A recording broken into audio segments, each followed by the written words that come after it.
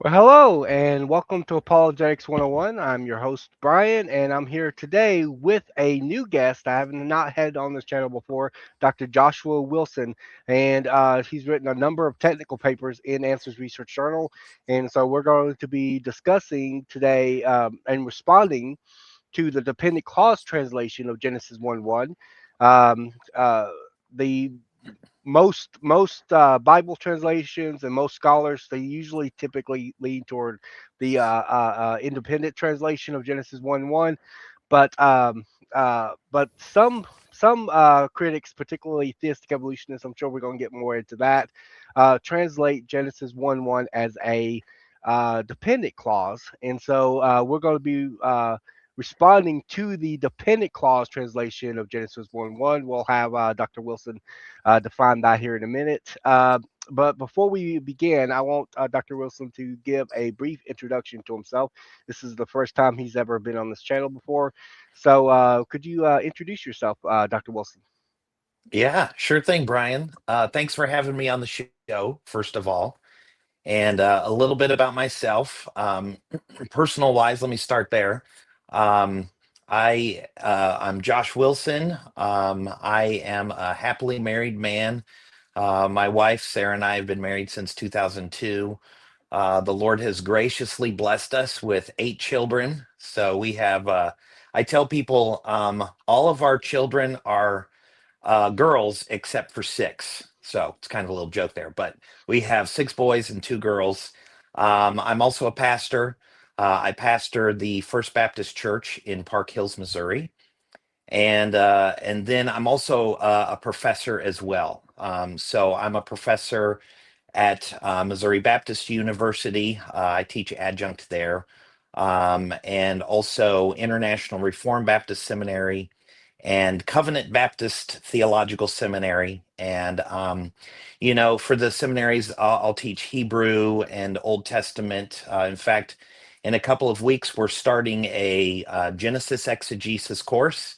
And what we're going to be talking about today are things that we will cover in that specific course. But that's what I do. And education wise, I am a pastor. I consider myself a pastor first, but I have worked in the academic field. I earned a PhD from the Southern Baptist Theological Seminary in 2010, and my dissertation that I wrote was really focused a lot on this topic. So that's a little bit about me. Awesome. All right. I guess as a beginning time, not everybody's familiar with the issue of in the beginning, God created the heavens and earth versus when God created heavens and earth, and some of the theistic evolutionists that have tried to argue that. So, for listeners who may not be familiar with the issue, how would you clearly define the dependent clause translation interpretation of Genesis 1 1? And how does it differ grammatically and exegetically from the traditional independent clause translation? And I do know that this goes back to a dissertation by Homestead, if I'm not mistaken, if I pronounced his name correctly. And this is and of course, there's also a Jewish translation in the mid 80s, I think, around mid 80s, I think, Jewish Publication Society or something like that, that also tried to translate this as when God created the heavens and the earth. So, could you explain the history behind all that Sure. and Yeah. define it? Well, with respect to the traditional translation, so I mean, I think you referred to it as the independent clause translation. This is the translation that we know in the beginning, God created the heavens and the earth. And it is called the traditional translation because this is how Christians and Jews throughout the millennia have rendered the passage with an independent main clause. So we don't really see any thoughts about a dependent clause translation until about 1,000 years ago, um, during the medieval period. Two medieval Jewish rabbis, Ibn Ezra and Rashi, both proposed maybe this could be translated as in the beginning God, or when God began to create the heavens and the earth. So if you leave it like that, it's kind of like, oh, there's another clause that Genesis 1:1 is dependent upon. So which clause is it? And I can't remember which, but I one of the rabbis said, well, it's dependent upon Genesis 2:1-2. So that would be the main clause. And then another said, well, it would probably be dependent upon Genesis 1:3. That would be the main clause. And Genesis 1:2 would be kind of be like a parenthetical comment. And really, their translation did not take off. There were medieval Jewish grammarians who disagreed with them and opposed their views. And I think it's the 1917 Jewish Publication Society's version of the Tanakh that they translated had in the beginning in all caps. Beginning wasn't in caps, but in the was in all caps, which to me was kind of like, I wonder why they did that. Were they trying to say, hey, we disagree with Ibn Ezra and Rashi? But you're right. It wasn't until yeah, I don't have the dates off the top of my head, but the new Jewish Publication Society, which was edited by Harry Orlinsky, did change the translation to when God began to create the heavens and the earth. And then you're kind of left with, okay, now what? And then I believe modern scholars today who hold to this view mostly argue that the dependent clause of Genesis 1:1, if it is that, is dependent upon Genesis 1:3 as the main clause, and Genesis 1:2 would then be parenthetical. So, like you put those two clauses together, it'd be something like, when God began to create the heavens and the earth, he said, let there be light. And then they'll insert Genesis 1:2 as kind of like a little parentheses. But yes, Robert Homestead is probably the most well-known proponent today, arguing for this translation. And his dissertation, I believe, was more focused on the relative clause. But from that dissertation, he wrote an article, I think it was 2010, called "The Restrictive Syntax of Genesis 1:1," where he argued for this dependent clause translation. And like I said, today he is kind of the leading voice, and he is a well-known name in the study of biblical Hebrew. Awesome. What kind of motivations do you think? One of the things that kind of stands out to me when I look at all the people, because sometimes people will cite a bunch of scholars that hold to this position. Homestead, I believe some people, guy named was it Heiser or something like that, Yeah. that holds to this view, and that sort of thing. And I know that I don't know if you're familiar with YouTube channels. This one's called Inspiring Philosophy. The guy's name is Michael Jones. Do you are you familiar with Michael Jones? Yes. He's a theistic evolutionist, and he often Hmm. argues for this. I think John Walton, who's a very famous Old Testament scholar, might also argue for it, and that sort of thing. So, but one of the thing that clearly stands out to me when I look at the people that accept the independent translation, they're broad spectrum, right? They're across. You got maybe even some secular scholars, you got Christian scholars, you got young Earth creationist scholars, you got old Earth creationist scholars, that accept the independent translation. Obviously, almost all Bible translations translated that way, and including the really popular ones like the ESV, and I think there's well, I know there's a new one out called LSV. I got that one. And so you have all of these different translations that are also translated that way. But when you look at the dependent clause translation, the ones that primarily are arguing for it appear to be theistic evolutionists. So does that kind of red flag this, like something is obviously off when you got one translation that's accepted by a broad array of different viewpoints, but then you got this one translation that seems to be only now I know that a person's biases and worldview preferences, obviously those kinds of things would not, regardless what the motivation is, that would have nothing to do with whether it's true or not. But I do notice that as a translation, that you got one translation that is broad spectrum across different various viewpoints, while you got one that seems to be isolated to theistic evolutionists. So, do you think there's a motivation behind this, where it seems like, and for everyone else listening, I don't know if people call it that, but the issue is that a lot of some theistic evolutionists are trying to put more time before Genesis 1:1. So, in other words, Genesis 1:1 would not be the absolute beginning of everything. And they trying to put more time prior to Genesis 1:1. So, do you see that there's probably a motivation behind why you have only theistic evolutionists who seem to take this view, when you have this other translation that seems to be accepted, you know, broadly among other different viewpoints? Yeah, that's a good question. And one of the things that we have to be careful of as scholars is assigning motivation to what people are doing, because you can't get into their heads. All you can do is deal with what they produce, the content that they produce. So I will say that Bruce Waltke, for instance, he is I believe, I think I'm on stable grounds in saying that he is a theistic evolutionist. He has produced a well-known Hebrew reference grammar, him and Michael O'Connor, and he holds to the traditional translation.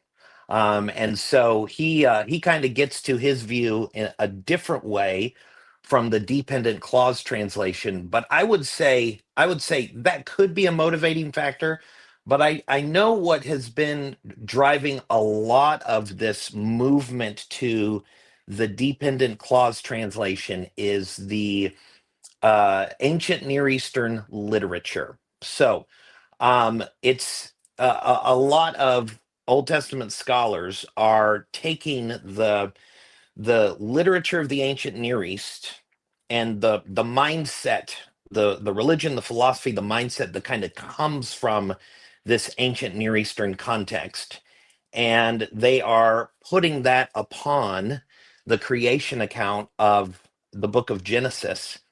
And obviously we want to read it in its context, but we don't want to read it to the extent of it changes the grammar, or the grammar of the passage, when there is no warrant for the change of grammar. I mean, when you're going to change the first verse of the Bible, you need to have a good grammatical reason to do so.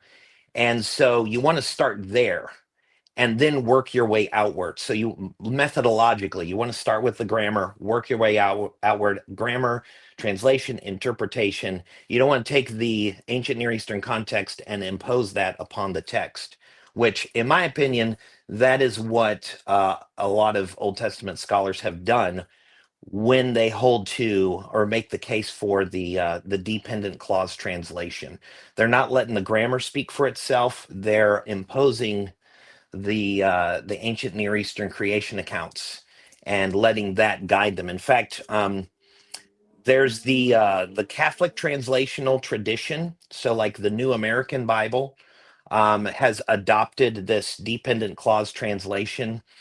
And if you were to open up their Bible, the New American Bible Revised Edition of 2010, there's a footnote in there talking about, hey, here's how the ancient Near Eastern literature begins their creation accounts, and this is why we are changing the translation so that the account of Genesis matches up. And I think that probably it could present a pretext for adopting a theistic evolutionary perspective um, with respect to the creation account of the book of Genesis.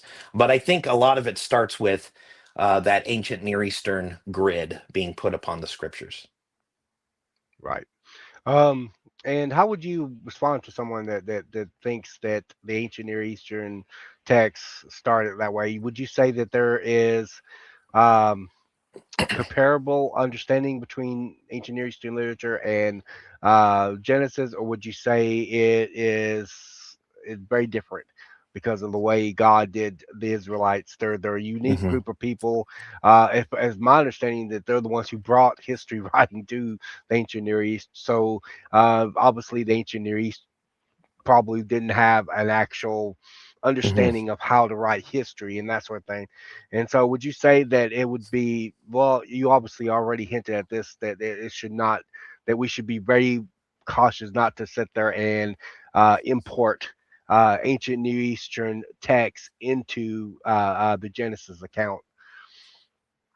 Yeah, well, with my students, with respect to the ancient Near Eastern literature, one of the comments that I make to them is, you need to let's look at this, let's examine it, but we need to make sure we let the ancient Near Eastern literature enhance our understanding of the clear teaching of Scripture and not replace what seems to be the clear teaching of Scripture. And so, to give an example, I think Genesis 1 is giving a polemic. It's a polemic against the other ancient Near Eastern creation accounts. And all of those ancient Near Eastern creation accounts, the gods are themselves created beings.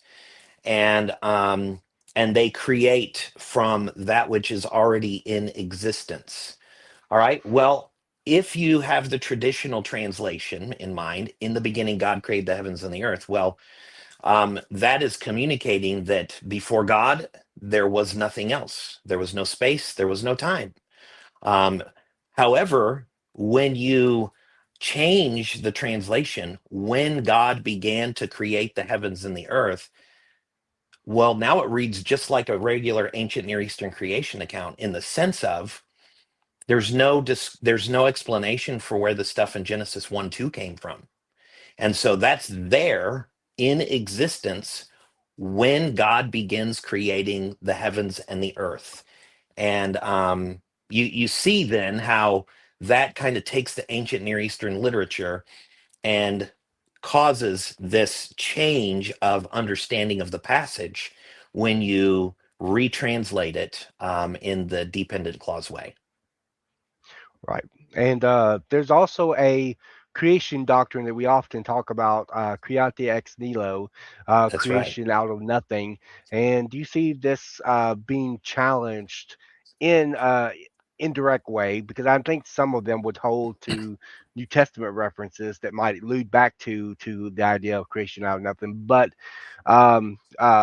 do you see this as uh, contradicting that view that God created from absolutely nothing? Like he would not have a biblical basis, directly biblical basis, where God shows that He's creating out of nothing. He's speaking the universe into being and that sort of thing. Do you see that? Yeah, absolutely. I think Genesis 1 1 is the cornerstone verse of the doctrine of creatio ex nihilo. You remove it, and then the dominoes start to fall. So, for instance, with Bruce Waltke, he still holds to the traditional translation, but he interprets it in such a way that it kind of leaves open the door for not a creation out of nothing. And so the other verses that you would point to, so for instance, John 1 1, he would, because you've taken away the doctrine of creation out of nothing from the traditional translation and interpretation of Genesis 1 1, well, now what do you do with John 1 1? And Bruce Waltke has a comment on that verse in light of his reinterpretation of Genesis 1 1, and makes the argument that there is no doctrine of creation out of nothing that you can get from John 1 1 through 3.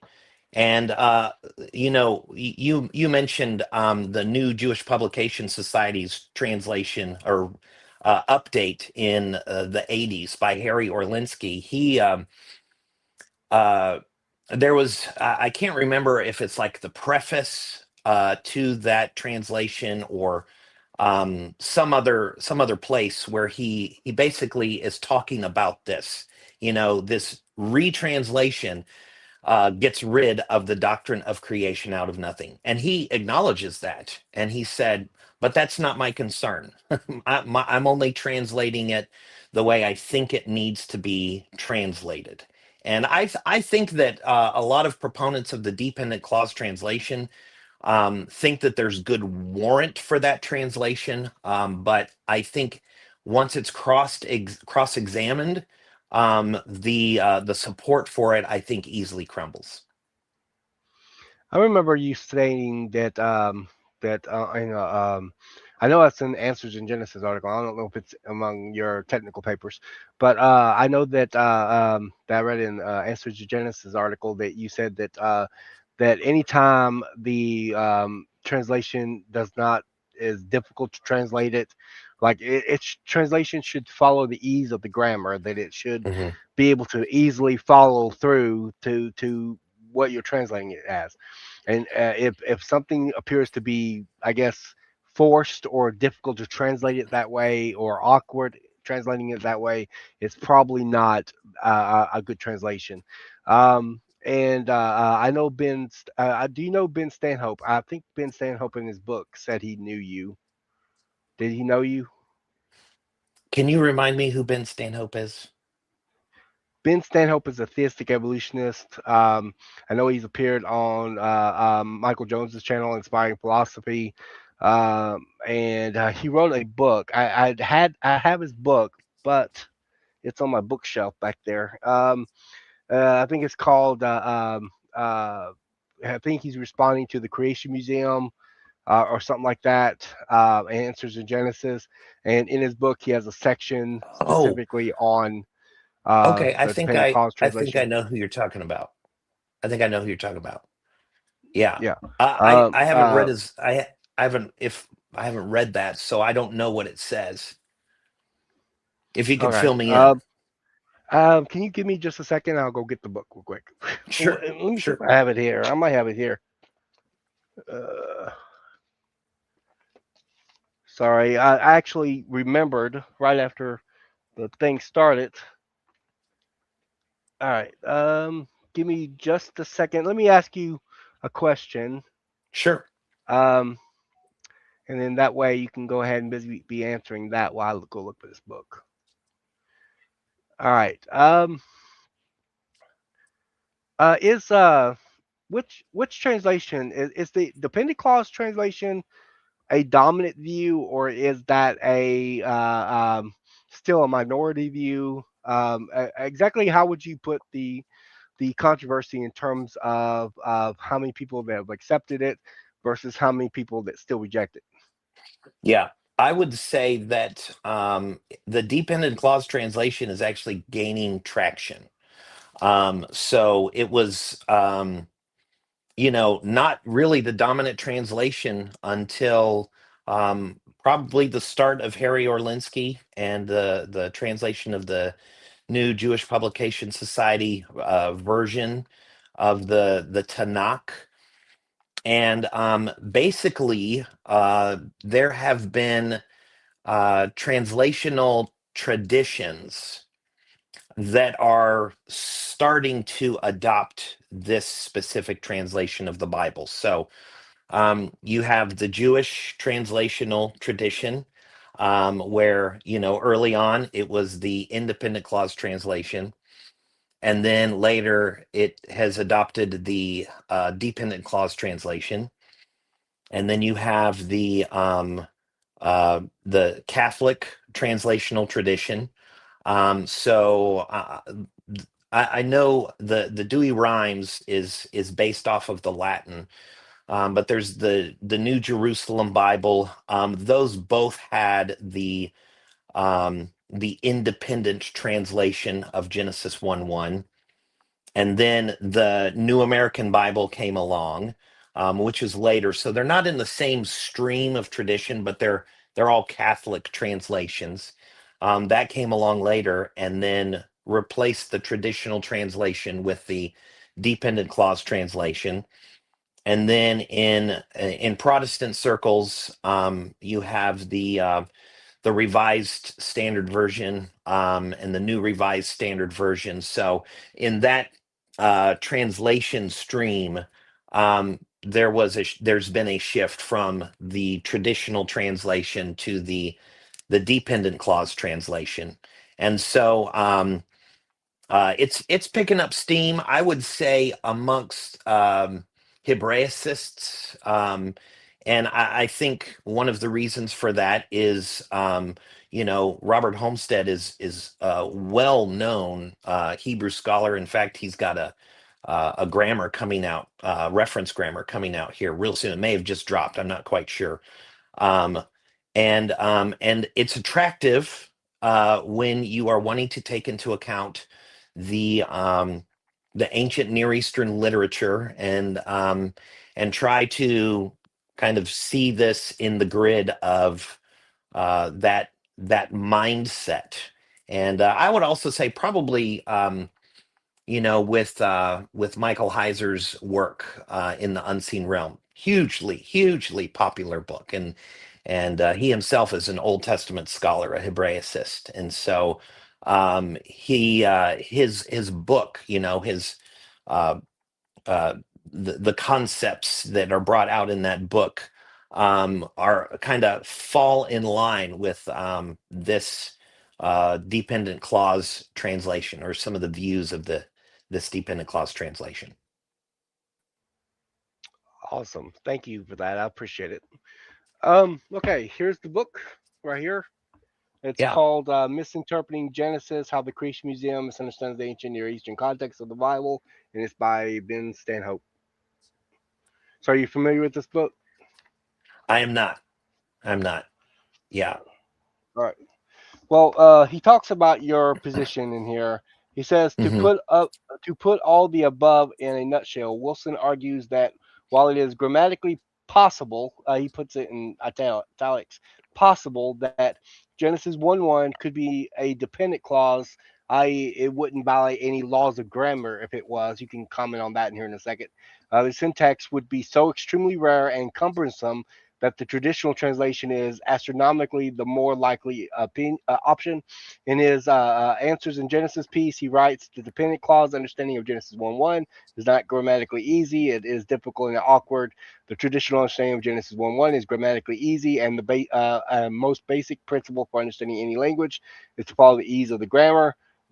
He's quoting you on that. That's something I also read. There's no disputing Wilson's observation that the dependent clause translation is exceptionally cumbersome, which kind of struck me as interesting because he actually admits that it is awkward to translate that way. But he goes on to try to argue that he thinks it happened anyway because he thinks the ancient Near Eastern context would promote the idea of translating it that way because you can translate their Hmm. stuff in a similar manner.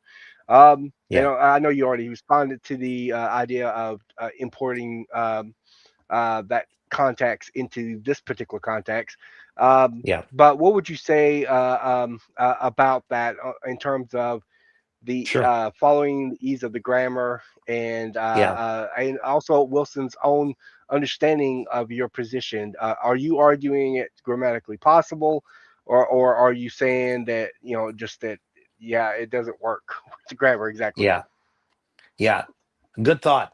So uh I I would need to read more of that of Ben's work to interact with it. So if that is indeed the point that he's making, again, I would need to read it and just to make sure that's the point that he's making. But if that is the point that he's making, I would just say it's methodologically backward, because it's not a grammatical argument, and that's what I'm dealing with. I'm dealing with the grammar of the passage.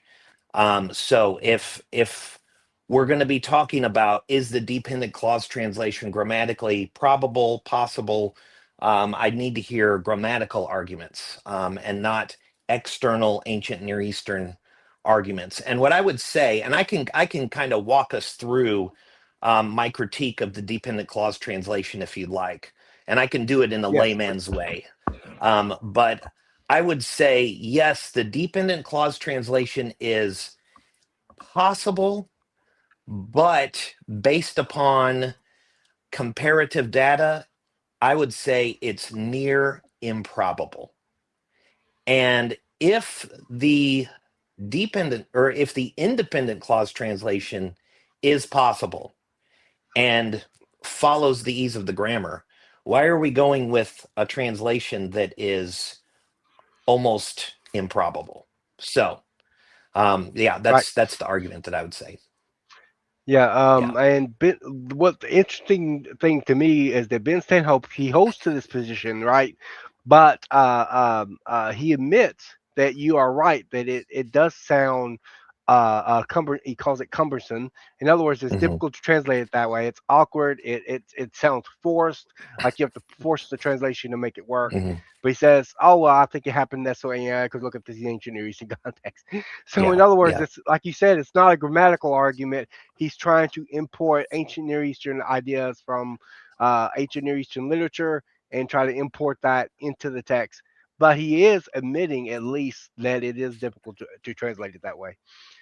Yeah. If that's what he's communicating, yeah. And again, I would just say, there's nothing wrong with looking at the ancient Near Eastern literature. It's just that we need to get things in a proper methodological order, and that's not doing it the right way.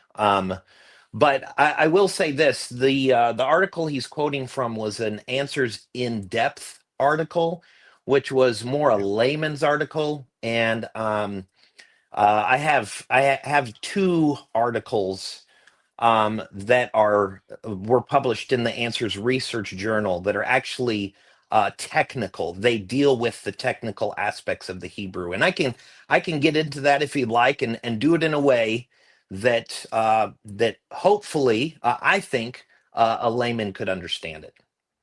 Right. And we're fixing to jump into the Hebrew because my next question is much of the debate hinges on the Hebrew word bereshit, is the Hmm. claim that it must be in construct state, grammatically Hmm. justified, and what Hebrew evidence challenged that assumption. Okay, now we're looking Hmm. specifically at the grammar and Yeah. the Hebrew word bereshit. Some of the theistic evolutionists or the theistic evolutionists hold this position, claim it's in construct too. I think they Hmm. claim it's constructed bra, don't they?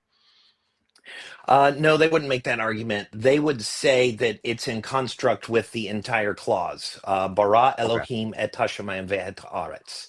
So I know early 20th century grammars were trying to work out kind of a construct with that verb, but like Homestead and there's another guy, Martin Boston, they are dealing with the entire clause that Bereshit is in construct with that whole clause. Right. All right. My next question is also Hebrew. Are there clear examples elsewhere in the Hebrew Bible or the Old Testament actually, where reshit or similar temporal nouns appear without definite article and yet function independently? I know one of the issues that you might want to cover this because I know we didn't actually have a question specifically on the definitive article. The article Hmm. there is like ha. They Hmm. use like a that Hebrew word. Well, anyway, I don't have the Hebrew in front of me, but I've studied Hebrew. But it's a definitive or definite article in the Hebrew, Hmm. similar to the way we use the word the. And it lacks this definitive, the definite article, if I'm not mistaken. And then they try to That's right. argue that that means it's in construct state. Hmm. So, would you be able to go through that um, uh, and as well as biblical references? I mean, you're a pastor, you study the Bible quite often, so you probably already have these memorized. But there are biblical passages that don't use the uh, with Rashid uh, definite article. Yeah. Well, you know what? I think what might be good is to just lay out the argument for the dependent clause translation, and then we can pick it apart. So Okay, kind of represent what it is and then just show where its weaknesses are, if that works for you. that does. Thank you. Okay, all right.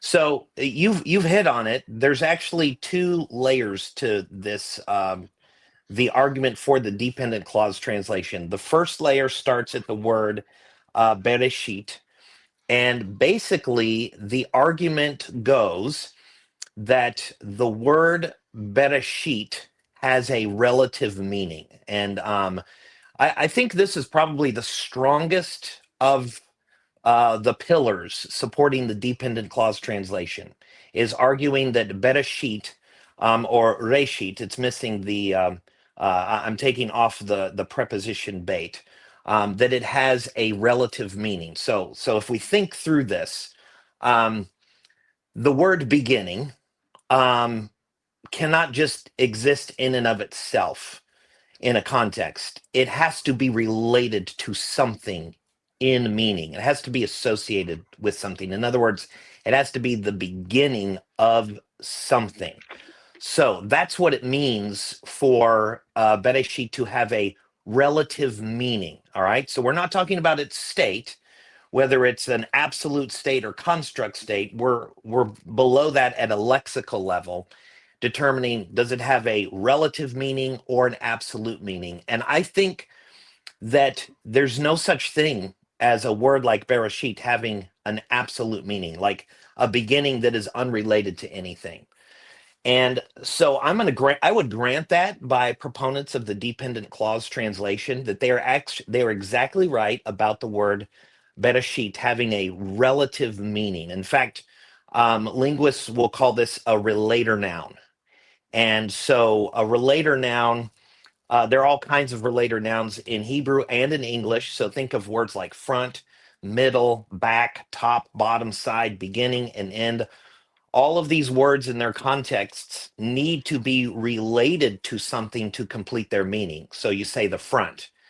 The front of what? The front of the house. Okay. The back of what? The back of the chair. All right. So um, that is what Bereshit is doing. It is relative in meaning. It has to relate to something, and I think that's indisputable. But here's where proponents of the dependent clause translation take that. Basically, they say that because Bereshit has a relative meaning, then it also has to be grammatically connected to that which it is related in meaning. All right. So think of beginning and like the word race. All right. So those have to be related somehow grammatically. So you would say the beginning of the race. All right. So you have end and class, and they're related to each other. So you'd have to create this grammatical relationship with the word of the beginning, or I'm sorry, the end of the class. And so they would say, well, because of this relative meaning to the word, it has to be grammatically connected to that which it is related in meaning. So if we have beginning, bereshit, then we need of. And if we have of needs to be connected to something. And so what can of be connected to? It would be connected to God created the heavens and the earth. And so literally, you could have Genesis 1. If we're going with the dependent clause translation, you could have Genesis 1 be in the beginning of God creating the heavens and the earth, and you smooth that out, and you would get when God began to create the heavens and the earth. And that's the dependent clause translation. So that's the first level of their argument. And I think that's actually the strongest part of their argument. All right. Now, that's the first level. So the second level is basically so if Bereshit is in construct with God created the heavens and the earth, now, well, what kind of clause type is that? What are we talking about? So in English translations, when God began to create the heavens and the earth, that's a temporal clause. But it's not a temporal clause in Hebrew. And the people, the Hebraicists who argue for this point, they know this. They know it's not a temporal clause in Hebrew. So here's the argument that they make, which again, I'm granting this is totally plausible or totally possible. All right. So they would say that if Genesis 1 is a dependent clause, then we need to understand God created the heavens and the earth to be functioning, broadly speaking, And here I'm going to use a Hebrew term, but I'm going to define it. But broadly speaking, if this were a dependent clause, we would call this a genitive clause. Now, what is a genitive clause? So, a genitive clause is a type of clause that functions as a noun in a main sentence. So, this could also be called like a nominalized clause. So, think of this English sentence. I know, Brian, you are making brownies. I can smell them. All right. I know you are making brownies. So, a I sentence like wish. that, right? A sentence like that, you are making brownies, is a clause in and of itself, but it's a dependent clause because it's actually functioning as the direct object of the main verb know. So I know science. Or you can put in a whole clause instead of just a noun. I know you are making brownies. So that is what a nominalized clause is. That's what a genitive clause is. It's a clause that functions like a noun in a sentence.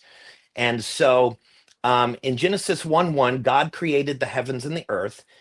The proponents of the dependent clause translation would say that that phrase, that clause, is functioning as part of the object of the prepositional phrase in. In the beginning of God creating the heavens and the earth. And so, if God created the heavens and the earth is a clause that functions as the object of a preposition, well, then that prepositional phrase has to be in some kind of main clause somewhere. So, what is that main clause? It is Genesis 1 3.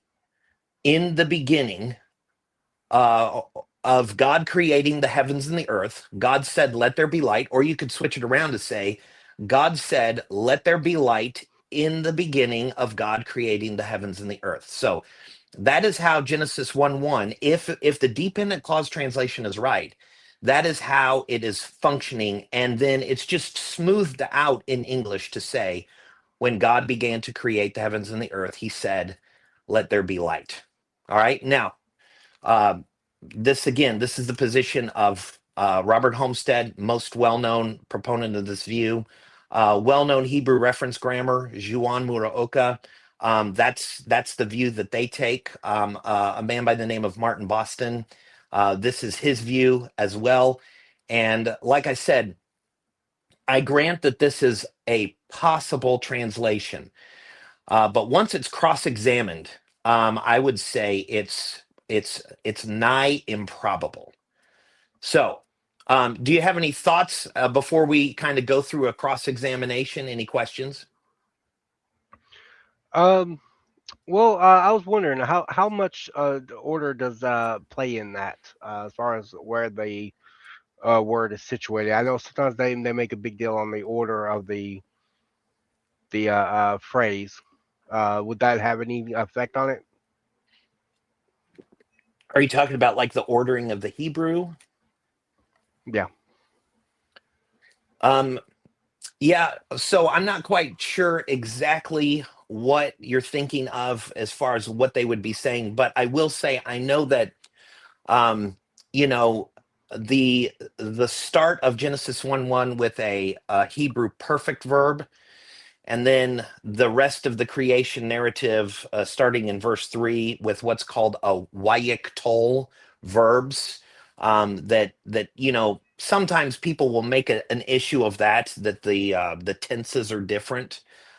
But anybody who's studied discourse grammar with respect to Hebrew would know that narratives can actually begin, first of all, with a perfect verb, like Genesis 1 1 does, and then resume in narrative form with what's called the wayik tol. So that's really not much of an issue. In fact, I would say that that's a strength for the traditional translation. All right. You said something about cross-examining. So, Yeah, are you going to go into the Hebrew and just kind of yeah. pick it apart and look at? Okay, go ahead and do that. Yeah, yeah, let's do this. All right. So, okay. Remember, this is a two-part argument. First part deals with Bereshit. And the points are this: Bereshit has a relative meaning, And because it has a relative meaning, it must be grammatically connected to that which it is related. All right. So I grant the first point, but I would say the argument that it has to be grammatically connected to that which it is related is a bridge too far, because there are numerous examples where these Hebrew relator nouns are actually not grammatically connected to that to which they are related in meaning. In other words, they can stand alone grammatically speaking. They can be grammatically absolute. They don't have to be connected to another word or clause. And it is the context that supplies the meaning to which they are related. So let me give you a couple of examples. All right. So some of these will use race sheets, some of them will not. All right. So for those in your audience, they can write these down. So Proverbs 8:23, and I'm going to use my own Hebrew translation for these passages. So Proverbs 8:23, we have, from everlasting I have been established, from the beginning, from before the earth. So that's not the Hebrew word reshit. It's a different word that can also mean beginning. It's the Hebrew word rosh. But in that sentence, rosh, meaning beginning, is not grammatically connected to anything. In fact, the context explicitly states what it is related to in meaning, even though it's not related to it in grammar. And that would be the beginning of creation, the beginning before the earth itself. So here's another one. This is Ecclesiastes 3:11. It says this: "Moreover, he has set eternity in their heart, so that man will not find out the work which God does from beginning to end." Now, again, that's not the word reshit, but it is a similar word. We could say a synonym, rosh, which, again, it's not grammatically connected to anything. And the context itself tells us what it is the beginning of, probably the beginning of time, the beginning and end of time. All right. Isaiah 40:21. So this is again the use of rosh. It says this: "Have you not known? Have you not heard? Has it not been declared to you from the beginning? Have you not understood from the foundations of the earth?" And again, there's that word rosh.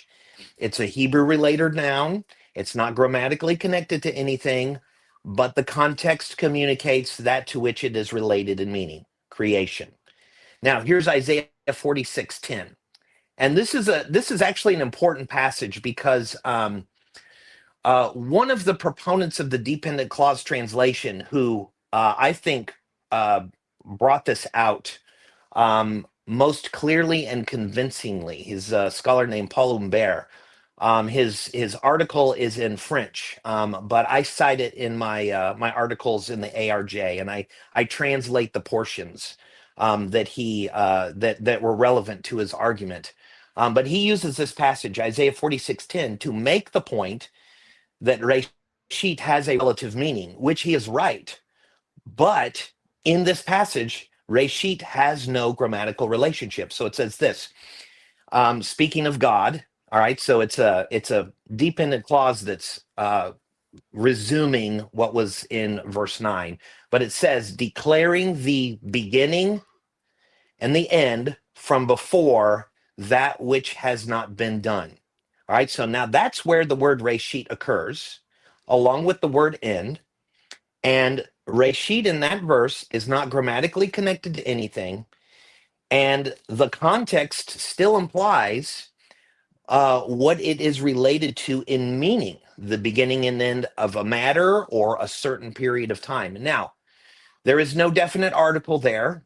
And I've read one scholar who says, well, this is poetry, so it's not comparable.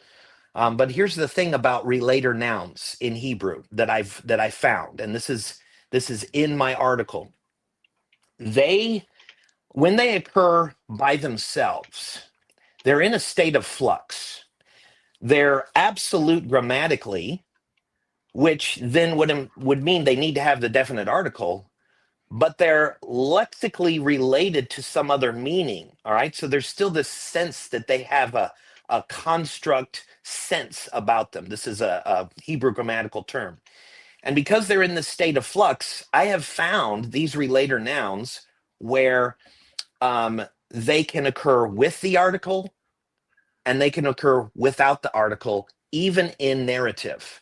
In fact, there's one verse in my article where there's two relator nouns that are side by side with each other. One has the article, the other doesn't.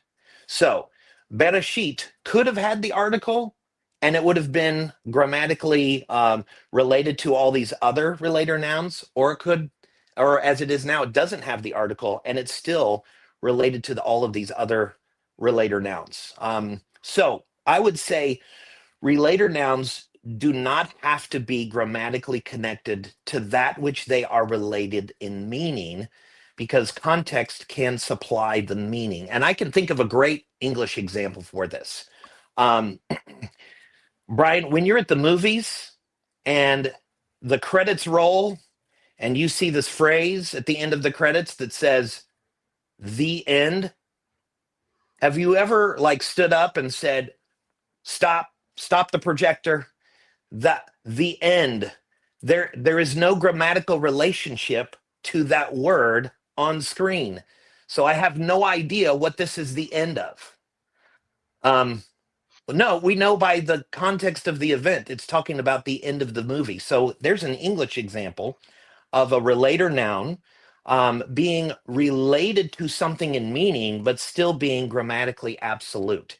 And so, if that is possible for relator nouns in Hebrew, then that applies to Bereshit in Genesis 1:1, and that takes away, I think, one of the strongest arguments against the traditional translation. If you can show Bereshit does not have to be grammatically related to something, even though it has a relative meaning, then there's nothing stopping you from going with the traditional translation, especially if that is the simplest path of following the grammar of the passage. So that was just the first layer. There's a second layer dealing with the genitive clause itself, but I'll stop there if Um, you have any follow-up questions. yeah, I was just gonna clarify. In other words, in the beginning, even though it doesn't say in the beginning of creation, we know that it's talking about the creation of everything. Hmm. We see that Hmm. it goes further and talk about the universe. I do know Hmm. that some people have a claim that Genesis 1:1 is really a summary of creation. Hmm. Um, but even if that was the case, summary, you got beginning, middle, and end. So Hmm. you still have that covering the beginning, even if you sound claim it's a summary. But have you heard Yeah. that where someone would say Genesis 1:1 is a summary of creation? What's Hmm. your thoughts on that? Yeah, that's actually Bruce Waltke's view. So he holds to the traditional translation. But now this is uh, what's called, I think, the summary statement interpretation. So this is how he takes the ancient Near Eastern context and uses that to inform his view or his interpretation of Genesis 1:1. So that's a whole other topic that I actually have written articles for in the ARJ as well, that are available. And if we have to have another episode to deal with that, we can totally do that too at some Okay. point. Uh, Yeah. Go ahead and give the second layer because I know we're running out of time here. Sure. Yeah. So, with respect to the second layer, that goes to the genitive clause. All right. So, again, granting that Bereshit has a relative meaning, all right, but now we've taken away the argument that it has to have a grammatical relationship. All right. Now, what do we go with? If the traditional translation is possible, but also the dependent clause translation is possible, which one is more probable? Well, I think the traditional translation is clearly probable because that has been the translation of Jews and Christians for millennia.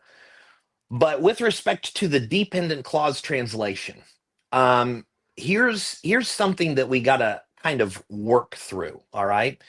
So if you take Genesis 1:1 to be basically a prepositional phrase, all right, and the object of the prepositional phrase is an entire clause. All right. Well, a prepositional phrase does not occur by itself. Prepositional phrases occur in main clauses.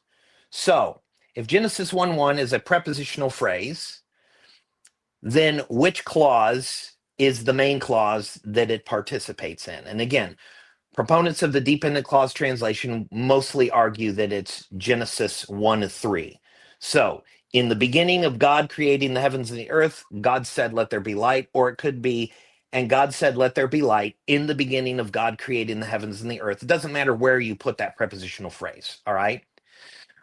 But here's the problem.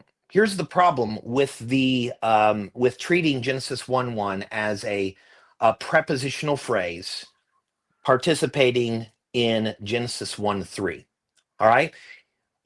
In the Hebrew, you have a couple of things. First of all, you have what's called a sof pasuk. All right. So a sof pasuk is basically like a period. All right. Meaning this is the end of the verse. All right. Doesn't necessarily mean it's the end of a sentence, but it does mean it's the end of the verse. All right. And then you have something called a vav or a wow. Now, this is kind of like the word and just as in English, and can link to elements in a sentence together, it can also link two sentences together. So elements in a sentence linked, but also whole sentences linked together. All right, so this would be like a clause level wow. So we could call it a conjunctive wow or a wow consecutive. And then you also have basically clauses themselves. So um, the sof pasuk will frequently separate clauses from one another. The clause level wow will separate clauses from one another. And certainly clauses in and of themselves separate other clauses from each other. All right. So if Genesis 1:1 is a genitive clause that's participating in Genesis 1:3, then it has some syntactical markers in Hebrew that are between it and the clause it's participating in. So the sof pasuk, the other clauses of Genesis 1:2, and then those wow consecutives. All right, so that seems pretty awkward where you have a prepositional phrase that is separated syntactically from its main clause by things that separate clauses from each other. You would think that if Genesis 1:1 is a preposition participating in Genesis 1:3, that it would be within the boundaries of those clause markers. But it's outside of those. So one of the things that I did in one of the articles for the ARJ is I went to the Hebrew reference grammars and I compiled from those reference grammars a list of about it's over 200 genitive clauses to give myself a sample size. And one of the things that I noted was that genitive clauses are not usually separated from their main clause by a sof pasuk. It does happen, but it's not common. So, of the 200 examples that I have, I would say high 90s, the genitive clause is never separated from its main clause by a sof pasuk. Lower percentiles, sometimes it is. And then I found same case with genitive clauses separated from their main clause by a clause level wow, that and. Again, high 90s, it's not usually separated from its clause in that way. But sometimes it is. And then also, usually these are not separated from their main clause by another clause. All right. Sometimes it is. Low percentages, it is. All right. And when I was doing this study, I found that sometimes a genitive clause can be separated from its main clause by just one of those elements. Well, if Genesis 1:1 is a genitive clause, then it is separated from its main clause by not just one of those elements, but all three of those elements and multiple of those elements. And so to me, that is unparalleled in any other verse of the Hebrew Bible, to have that kind of separation from a genitive clause with its main clause. And so again, yeah, the grammar is awkward, so awkward that it is nigh improbable. It's incomparable to any other, at least of the 200 clauses that I looked at. It's incomparable to any of those 200 genitive clauses that I surveyed from the Hebrew reference grammar. And so my thought is, okay, if we've removed the objection against the traditional translation being possible by saying Bereshit can be relative meaning but grammatically absolute, and say, all right, so it is possible, and now which one is more possible, the traditional translation or the dependent clause translation? Well, the dependent clause translation is just so difficult and grammatically awkward. Why would we choose this over the simple traditional translation? And if we're saying because it's close to the ancient Near Eastern literature, well, now we're making arguments that are not grammatical arguments, and we're getting things methodologically backward. Right, right. And of course, we want to, even exegetically, we want to understand what the original writer was writing and not Hmm. try to import our modern ideas into the text. Yeah. Um, And I know Brian, that. I will say this Go too, ahead. if you don't mind. Going back to the ancient translations like the Greek and the Latin and even the Aramaic targums, That's what I've I was going to ask you. yeah, I was going to say I've read people who say, well, they didn't understand the particular nuances of what we now know. And I would say just pick up a reference grammar, look for genitive clauses, and then look and see how the ancient translations treated them. And you'll see the ancient translations were very familiar with genitive clauses, usually rendering them as like a relative clause or some kind of participial phrase. They knew what these things were. They just looked at Genesis 1:1 and they did not see it there, and they didn't render it in that way. So you say translations like the Septuagint and other translations Hmm. render the Hebrew syntax as what we do, like in their language, but in the beginning, God created the heavens and the earth. They had no problem with translating it this Hmm. way. Um, Yeah. I also would like to know what exactly. I'm assuming you've studied how the Jews understood this translation in Genesis 1. I know how some Jews might try to translate it to today or something, but what was the way in which Jews, like like Josephus, I know Jesus' own understanding of Genesis 1:1. Hmm. How would you argue that that they understood this? Did they understood what you're saying here, that it should be translated as in the beginning God created the heavens and the earth, as far as the most easiest way to translate that? Well, I would say this.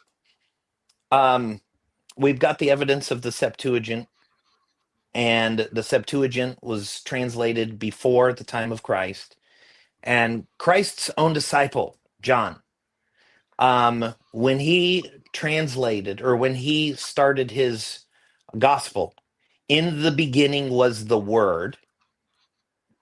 Where's he getting that language? He's pulling from the Septuagint. And like I said, the Septuagint translators knew what a genitive clause was, and they didn't render it as a genitive clause because they saw it as an independent clause. And so John, pulling from the Septuagint, is just confirming what the ancient translators had, and confirming for us that, again, this is why this is called the traditional translation. It has been the translation of Jews and Christians for millennia.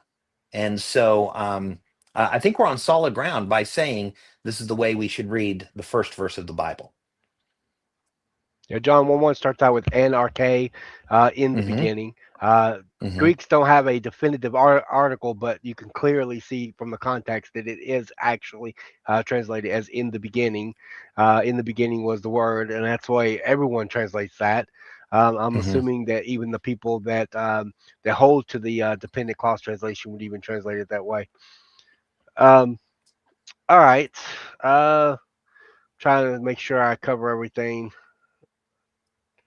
I know that time kind of ran away with us. Okay. Okay. Um, if you were teaching Genesis 1:1 to a seminary student or pastor, what one Hmm. Hebrew principle would you emphasize to show why the traditional translation clause translation remains the most faithful to the text? Um, what one principle would I show them? Um, I guess I would just take them to the ancient translations. But I will say this, I think I said at the beginning of our conversation that in a couple weeks for Covenant Baptist Theological Seminary, we're starting up an Hebrew exegesis class on Genesis 1 through 11. So that's what we're covering for the whole semester. And so, week number one, the assignment for the students is to read Homestead's article, making the case for the dependent clause translation, and then my articles from the ARJ making the case for the dependent or for the traditional translation. And we work through that. I mean, these are students that have had 3 semesters of Hebrew, so they know their stuff, and we get into it. And I do this. I teach Hebrew at International Reformed Baptist Seminary as well. And when we get to Hebrew 3, we cover these things too. We read the Homestead article. We read my articles from the ARJ, and so Hebrew students can pick those up, and they could read both articles and come to conclusions for themselves. Right. All right. I've got like three questions or three things here. Do you have any thoughts on Genesis 1:1 elf in the Septuagint? I'm not exactly sure what he's talking about exactly. Um, so Genesis 1:1 and following in the Septuagint. I would just say that the Septuagint is rendering the Hebrew as literally as possible.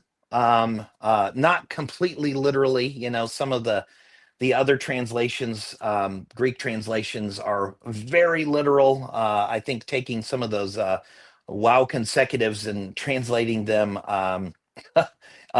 with soon, the Greek word soon, which is getting that's just getting too literal.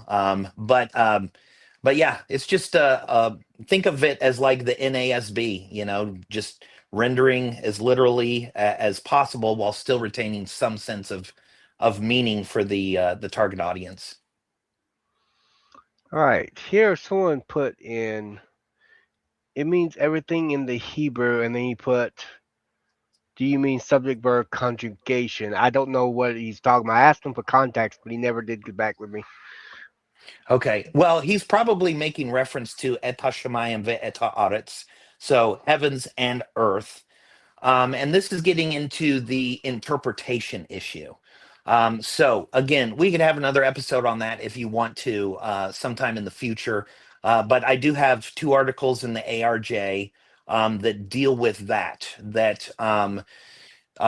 In the beginning, God created the heavens and the earth. We need to take heavens and earth as a merism, meaning everything. So it's describing the complete and ordered universe. And that's what's known as the summary statement interpretation of Genesis 1 1. That's Walt Key's view. And so in my articles, I talk about how that when we look at things lexically on those words, that is a possibility. But the context suggests that we don't take it that way. Right. All right. As a final question for me, could you kind of give your? I know you pretty much dealt with your thoughts on this, but just kind of give something to leave everybody with, like a summary of your position and what you'd argue for Genesis 1:1, and just kind of what they should take away from this in terms of how to translate Genesis 1:1, and being in absolute beginning, create ex nihilo, very, Hmm. very important creation doctrine that is held by most Christians. We'll just give some final thoughts on this. Yeah, sure. So I would say that there are serious theological implications for deviating from the traditional translation. And here's what I mean by that. When you abandon the traditional translation and the interpretation, then there's no specific thing in the text for where the material of creation comes from. And so you've lost the doctrine of creation out of nothing. And if you lose the doctrine of creation out of nothing, then that has implications for theology proper, the doctrine of God Himself and how He relates to creation. And that has implications for other theologies which flow from theology proper. And so, um, I know probably a lot. Harry Orlinsky, other Hebraicists, they're not thinking about that. They're just focused on the grammar and what we got to let the grammar lead us. But I think if you let the grammar lead you, it strongly leads you to the traditional translation and preserves an important theological category, creatio ex nihilo, which if it's lost, then there's a lot of dominoes that fall with it. Absolutely. You end up going into a slippery slope. Um, so thank you again for joining us on this program. I've been wanting to have this discussion for a long time, discussing the Genesis 1 to 11. I kept wanting to know how to contact you, try to figure out how to contact you because I would love because I know you've written several papers. I've got at least some of them linked in the description box below. If anybody's interested in reading some of your material from Answers Research Journal, you have lots of technical papers on this, and I know you have one also on related nouns if people are interested in understanding that a little bit more as well. But thank you again. We appreciate it very much, and I thank you for your time. Thanks, Brian. Glad to be on the show. Right. God bless. You too.